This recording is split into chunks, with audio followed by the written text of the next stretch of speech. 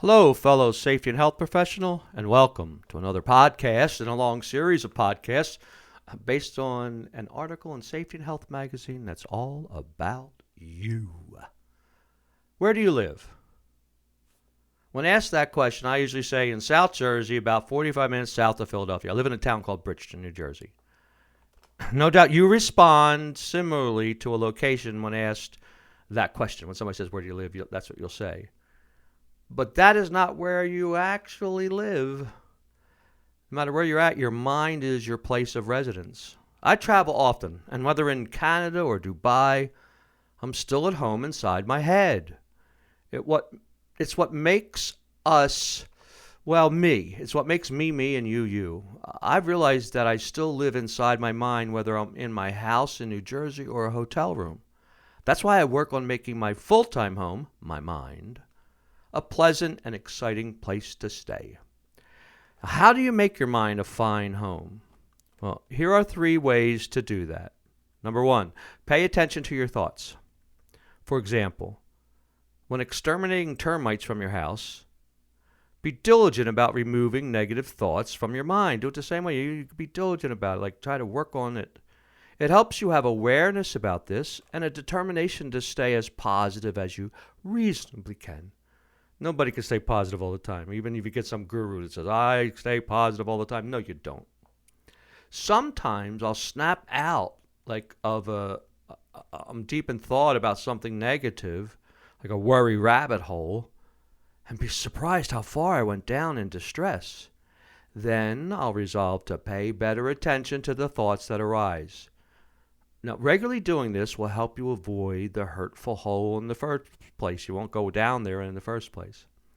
Other times, I'll purposefully think about positive events, things I have goals for and how excited I'll be when this thing happens, like a new talk or something like that, experiences I've had, and just the wonder of being alive. I'm like, this is so cool that I'm alive. Your thoughts may pop up without control, and of course they do.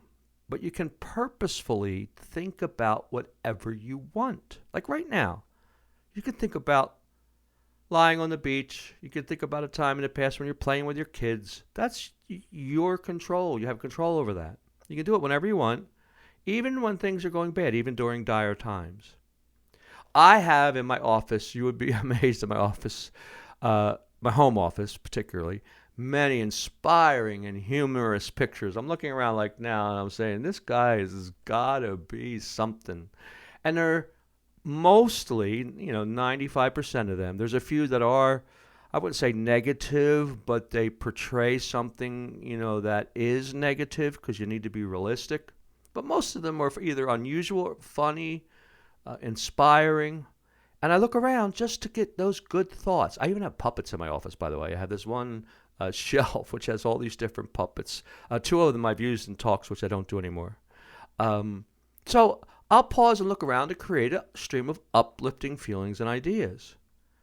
Thought control, though, requires pretty much constant attention if you want to get good at it. But it's well worth the effort, definitely. Number 2, don't allow inconveniences to disturb you. 3 things bother our mind: tragedy, setbacks, and inconveniences. You might think that the first 2 cause the most total stress throughout our lives. Certainly, tragedy and setbacks cause a lot. I mean, yes. But according to stress researchers, the people that study this subject, inconveniences overall are top on the list of total lifetime mental agony. Now, certainly tragedy, a loved one dying. When my mother-in-law died, I was so upset. I loved her dearly, right? That was a lot of stress. Setbacks, getting a divorce. I haven't, but or my sister-in-law, her house got destroyed in Katrina. That's a setback. They create a lot of anguish, of course. But the daily prickle of inconveniences, like waiting a long time in a grocery store, somebody cuts you off in traffic, you missed a deadline you didn't think you were going to miss or you forgot about, they top the other 2 overall, right? Like a tragedy is like 10, setback is 9, but inconveniences are 2, but 2 times 1,000, right? So don't let inconveniences bother you. Yes, I realize that's easier said than done, but I've learned to recognize that inconveniences are only slight changes from what I expect. Almost all the time, that's what they are. I thought I'd get in the store and out of the store in 15, 20 minutes, and I'm there for 40 minutes, right? It's just I didn't expect that. They're not important, and they're not worth allowing them to cause me and you mental anguish. If I'm stuck in a traffic jam, my go-to thought, which I talk about during my attack stress seminar and talks, is these two words. They're wonderful, they're brilliant. So what? Really, really, so what? And number 3, appreciate simple experiences. Most mornings when I'm home, I have a cup of coffee with my wife. I get to look out at my window and see I have a bird feeder and also a hummingbird feeder, and I love that one.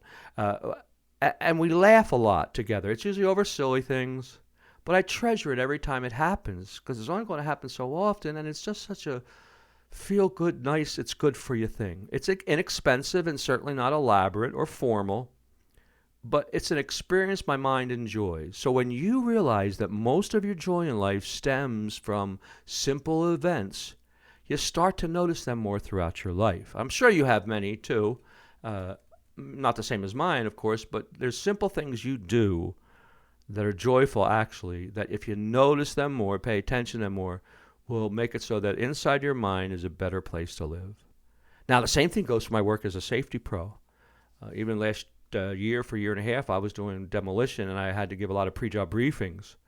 But before the briefing started, there was so much lighthearted banter between everybody attending.